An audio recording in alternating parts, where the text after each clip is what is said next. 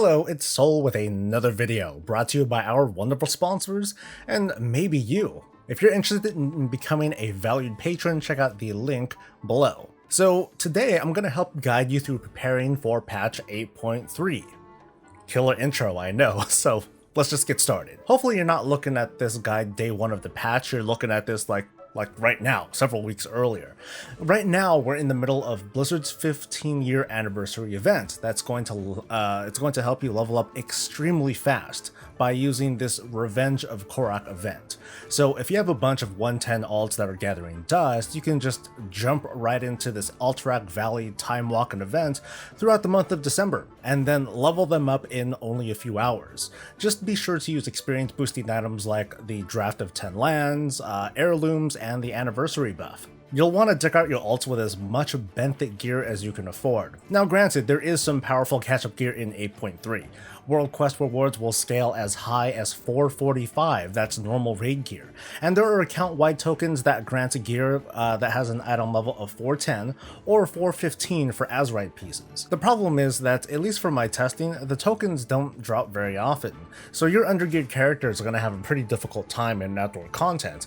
It really doesn't mess around. Basically what I'm saying is that if you have really crap alts, then don't count on easily showering them with this Black Empire gear. You'll do yourself a big favor by doing enough Nazjatar stuff on your alts to buy a few pieces using the pearls that you can easily get from the introduction, and whatever your main can spare, it's just plain faster. Like in patch 8.2, it's probably going to be a good idea to hoard artifact power once again. And here's why. When 8.2 launched, we were given 4 weeks worth of artifact knowledge, which means that for those of us who are going to be at neck level 70 when patch 8.3 launches, it's going to cost approximately 23,000 artifact power to get it to neck level 71, which is going to get you a nice little stamina boost. Level 75 is when you get to unlock your 4th essence slot, which for many ought to be an upgrade worth working towards. This will mean it's going to be a good idea to once again bank Paragon rewards like in 8.2. Keep in mind though that you're only going to get AP from turning in the Paragon quest and not from opening the chest from turning in said quest. Use the Paragon reputation add-on to track your progress. You can effectively bank 2 turn-ins per reputation or 19,999 rep. So here's what you do. On day 1 of the patch, go to each faction's respective zone, turn in the Paragon reward, then do 1 more world quest and get the 2nd Paragon reward. In total, this is going to get you up to 35,000 AP under the current system, which will get you well past neck level 71. Also, like in previous patches, make sure you have the Mythic Weekly chest, the PvP chest, or Island Treasure Mission ready to turn in for additional boosts.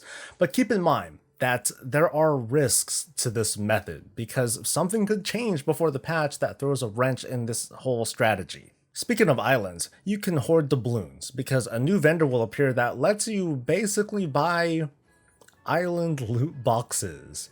It's a doubloon dump, if you've already spent your doubloons on like everything else possible.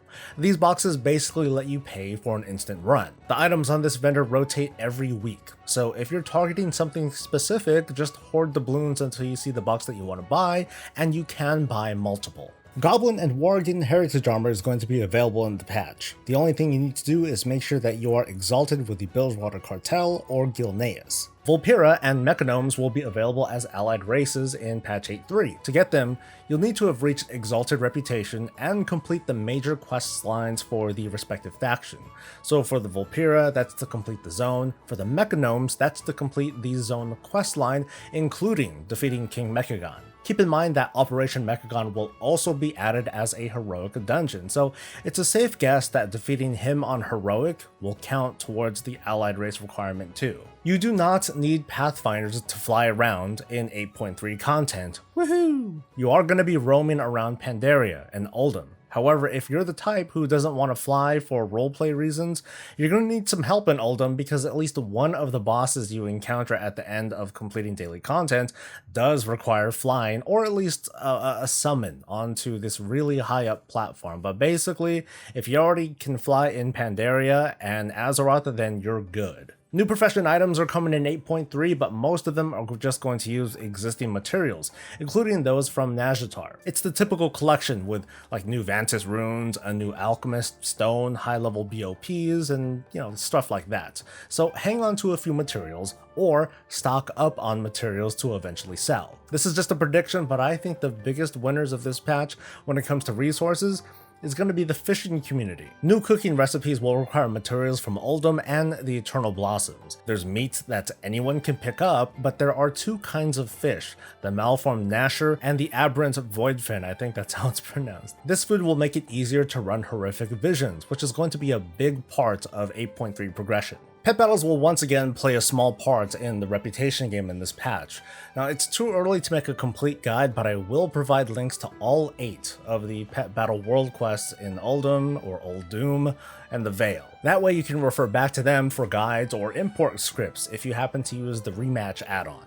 And that about wraps things up. If there's anything that I missed, please, oh please, leave a comment below. After all, we're all just trying to help each other out. Please like the video if you enjoyed yourself and subscribe for more of this and all things Warcraft. We'll see you next time, but until then, stay safe, stay happy, and stay breezy.